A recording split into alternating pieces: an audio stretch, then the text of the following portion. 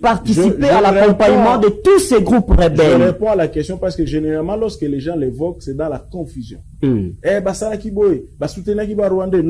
En 1993, en 2003, ça a commencé en 2002, nous étions dans le processus du dialogue intercongolais en Afrique du Sud.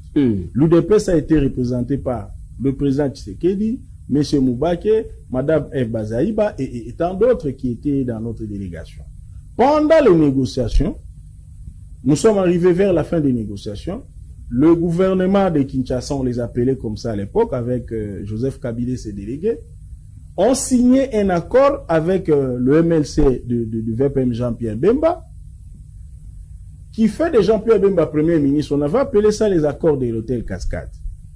Et ils ont abandonné le reste des délégués, qui étaient les RCD Goma, qui occupaient 43% du territoire national. Donc, en fait, c'était l'échec du dialogue. Cet accord avait consacré la partition de la République démocratique du Congo. Et le président Étienne Tshisekedi s'est dit non, on doit ramener tous les amis vers la table de négociation pour résoudre la crise.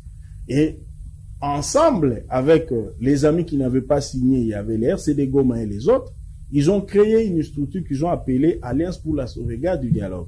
C'est ce qui lui a permis d'aller voir Kagame, le président rwandais, pour connaître un peu s'il peut nous aider encore à aller vers la paix, parce qu'il était le maître du RCD Goma.